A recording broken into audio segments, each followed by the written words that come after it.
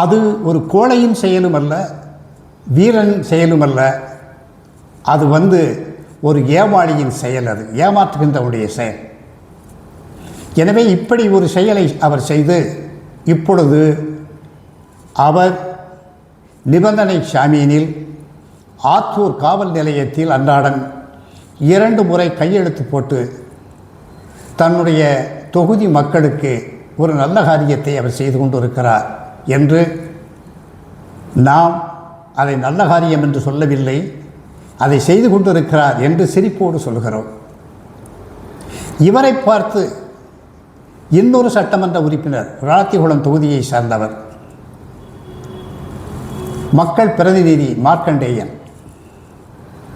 அவர் யார் என்றால் வைப்பாறு என்ற ஒரு மிகப்பெரிய ஆறு, அது வளைந்து நெளிந்து விளாத்திகுளம் வழியாக வங்கக்கடலிலே சென்று அது சங்கமமாகிறது. அந்த வைப்பாறுவை சாத்தூரில் ஆரம்பித்து விளாத்திகுளத்தை தாண்டி கடல் எல்கை வரை சேர்ந்து கிடக்கும் மணலையெல்லாம், ஆற்று மணலையெல்லாம் அள்ளி பல மலைகளாக அவர் குவித்து வைத்து அங்கே எத்தனை கோடிக்கு அவர் விற்பனை செய்தார் என்று யாருக்கும் கணக்கு தெரியாது. அத்தனை கோடிக்கு விற்று அவர் அள்ளி வைத்திருக்கிறார். சொல்லப்போனால் மார்க்கண்டேயன் விளாத்திகுளத்தினுடைய வைப்பு ஆறுவினுடைய பரம்பரை நிரந்தர வாரிசாகவே இருந்து வருகிறார். இப்படிப்பட்டவர் பொது வாழ்க்கையில் ஒரு பொன்மொழி உண்டு, சொந்த வாழ்க்கையில் சுத்தம் இல்லாதவன் பொது வாழ்க்கைக்கு பொருத்தமற்றவன் என்று ஒரு பொன்மொழி உண்டு. இந்த 2 சட்டமன்ற உறுப்பினர்களை பொறுத்தவரை இவர்கள் பொது வாழ்க்கைக்கு வந்த பிறகுதான் பொதி மூட்டையை போல் பொதுமக்களினுடைய சொத்துக்களை எல்லாம் சுருட்டி கோடீஸ்வரர்களாக ஆனவர்கள். ஆரம்ப காலத்தில் அண்ணா கயிறு கூட இவர்களுக்கு கிடையாது. அந்த அளவிற்கு அரைகுறை பட்டியலுடன் அலைந்தவர்கள். இந்த திராவிட கட்சிகள் இவர்களை அந்த கட்சியில் சேர்த்து இவர்களை இந்த நாட்டினுடைய செல்வந்தர்களாக உயர்த்தி இருக்கிறார்கள். இந்த திராவிட கட்சிகளுக்கு ஓட்டு போட்டவர்கள் இன்று வரை ஓட்டையாண்டிகளாகத்தான் அலைகிறார்கள்.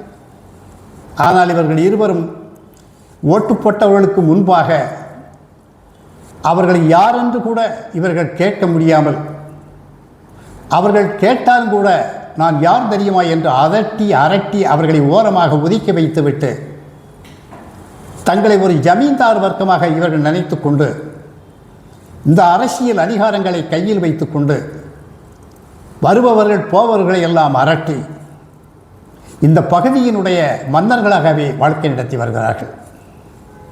மார்க்கண்டேயனை பொறுத்தவரை அவருக்கு ஏன் திடீரென்று இந்த நோய் வந்தது என்று தெரியவில்லை.